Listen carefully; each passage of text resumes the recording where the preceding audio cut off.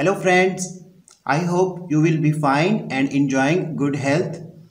इस वीडियो में हम सीखेंगे how to eradicate hesitation while speaking in English language कि इंग्लिश बोलते वक्त हमें जो हिचकिचाहट आती है, हम जो हेजिटेशन फील करते हैं उसको हम कैसे दूर कर सकते हैं।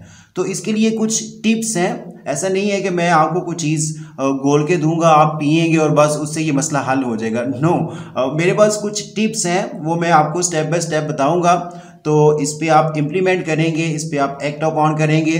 So very soon you will overcome your hesitation which you face while speaking in English language. So the first tip is speak loud. अगर आपको फ्लक्चुएशन आती है, हेजिटेशन फील करते हैं आप जब भी आप इंग्लिश बोलते हैं, तो आप थोड़ा सा ऊंचा बोलें। नॉर्मली क्या होता है कि हमें इस लैंग्वेज पे इतना अबूर हासिल नहीं होता, तो हम क्लियरली नहीं बोलते, ऊंचा नहीं बोलते, जिसकी वजह से हम उस चीज़ पे और ज़्यादा हेजिटेट होते हैं। तो स्पीक लाउड, स्पीक क्लियरली। तो इस तरह आप इस हेजिटेशन पे काबू पा सकेंगे। आप सही बोल रहे हैं या गलत बोल रहे हैं, जब आप उसको थोड़ा ऊंचा बोलेंगे, लाउडली बोलेंगे, क्लियरली बोलेंगे, तो आपकी ये जो हेजिटेशन है जो इंग्लिश बोलते वक्त आप में आती है, तो वो दूर हो जाएगी। Second tip is speak in front of big mirror.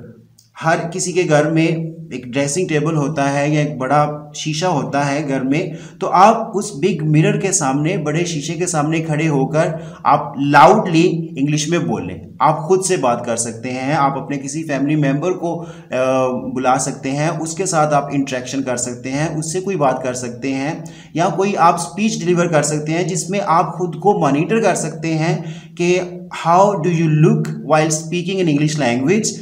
और आप जब इंग्लिश में बात कर रहे हैं तो आप कोई मिस्टेक तो नहीं कर रहे, तो वो आप खुद को देख भी सकते हैं। तो इस तरह से आपकी हेजिटेशन भी दूर हो जाएगी, because you are looking yourself in the form of speaking English.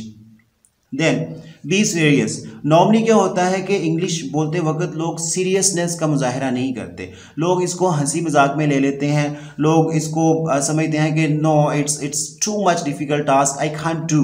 No, ऐसा नहीं है कि आप इसको नहीं कर सकते। हर कोई ऐसा कर सकता है, हर कोई इंग्लिश में बात कर सकता है, जस्ट इसके लिए प्रैक्टिस रिक्वायर्ड होती है। तो उसके लिए आपको सीरियसनेस का मुजाहरा करना पड़ेगा। I mean, if you will be serious, so others will also be serious. If you will not be serious, so other will also not be serious. अगर आप सीरियस नहीं होंगे तो दूसरे भी सीरियस नहीं होंगे। तो इसलिए आपको उसमें सीरियस रहना है जब आप इंग्लिश बोलने लगें।